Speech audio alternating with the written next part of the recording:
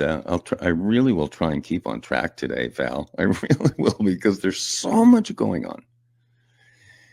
But what you're chatting about here about the third party concept, it's so not new. It's been talked about for decades and decades. Where is there something in between Republican and Democrat, blah blah? It's a huge conversation, and every candidate that has ever taken a run at it, because there's a laundry list.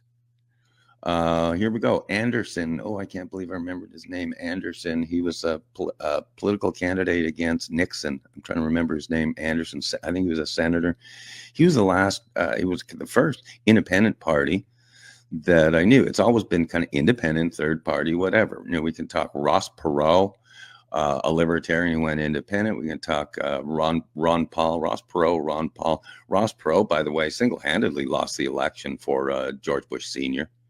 because he almost 20% of the vote, 90% of the vote from the people you're talking about, the independents, somewhere in the middle. Don't call them Republican or Democrat, whatever. It's it's not a new concept, but everyone I almost hear on both sides loves the idea. Can we just have a third party? You know, I personally would love something like the Patriot Party or the Constitution Party or something to reference the Constitution and the Founding Fathers, the whole uniqueness of the United States. It's just, Ronald Reagan was so right when he says America's the last bastion. It's the last bastion of freedom on earth, and he was right, because again, now that my Canada has abandoned me from the great 70s and 80s and stuff, I don't see any place, honestly, on earth that has the freedoms we have in the United States. And yes, we're broken, we're beat up, we're, bandages all over us, especially from the last 4 years. No comment. The last 4 years, we needed to see the last 4 years to see what an upside down country looks like, to see what a country looks like that's veering towards socialism, to see what these programs actually look like. And it's not good. It's not good. So is there a third party in the wings? Is there a possibility? Because right now, this minute, no. This minute, no. I hope it changes. But as I've said, and I'm so sad that this era came about, this Republican versus Democrat, but that's all it is. I mean, that's all it is. And to think that the Democrats raised $1 billion and couldn't make it within budget and also lost, But it is that world, and unfortunately now it's going to stay that way. I think perhaps until maybe the next 1 or 2 election cycles, where unfortunately, and I've said this to many of my kind of political friends. I said this to Sheriff Lamb. 2 years before he was running for the Senate. I said, sadly, this is an era where you have to take sides. You have to be either a Republican or a Democrat, because it's the only way to win an election now.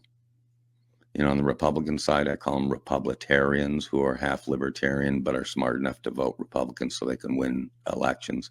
On the Democrat side, there's so many independents and stuff that are really not hardcore left Democrats and stuff. But right now, sadly, it's a time where unfortunately you have to proverbially smash your opponent's face in. You got to smash your opponent's face in. You got to go win an election, sit in elected office, and then make change, both legislatively, judicially, etc. Sadly, it's that era. But this is a brand new, from November 5th, Team of Rivals world. I'm just telling you, this is a brand new world, Val. Can I ask a quick question?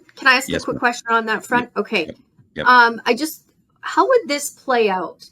What would happen if we banned, okay, just kidding, but banned the word Republican and Democrat, and we took those two terms out of the vocabulary because they're such trigger words to all sides, and instead we had to find other words and other ways? Do you think something like that would work if, say, Trump embraced that from the time he has the microphone as the president, that no more Republican or Democrat, and it's more, what do you think of that? I think that's a fabulous idea. I would call it the American Party. I'd keep it real simple. The American Party, or America, or whatever. But it would have to be, and this, I think, honestly, Val, you're really touching on an edgy point here. Because I think, sure, no matter what anyone says, how divisive it is, how divided it is now, but it would have to be it would be a timing thing, Val, where everybody decided at the same time to say, okay, we're going to be the America Party or the American Party. And that would be a combination of a huge conglomeration on the Republican side and a good solid conglomeration on the Democrat side. And this concept is embraced, and it becomes a third party, but technically the first party again, a 1776 party, that could be at the 1776 party. But either way, that's where, when you've heard America is red, white, and blue, not other colors. The blood is the same color, right? In red, of all cultures, races, etc. I think that actually you're hitting on something really cool, and I think for the first time, I would say I think that's possible. I think that's possible, and if it's not possible, let me put it this way: under this administration, this phase, starting November 1st, really launching January 20th with the new administration, if not now, maybe never, because this right now is a trend towards exactly what you're talking about. It's third party. It's the 80% of us on both sides. I love the 1776 party or the American Party. I mean, well, I think the American Party is something that they could get behind, and I think if Trump was to go on the microphone, I can see it actually. If he gets on the microphone and he says something along the lines of, "I don't want to see Kamala float away into the darkness. In fact, I want her on the back end advising something."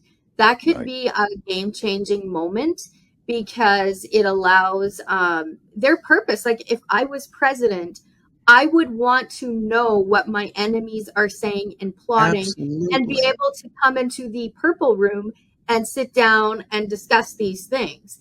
And, if he was to take the microphone and say something like that, I'm just saying I can see that. So do with it what you want, but it is possible.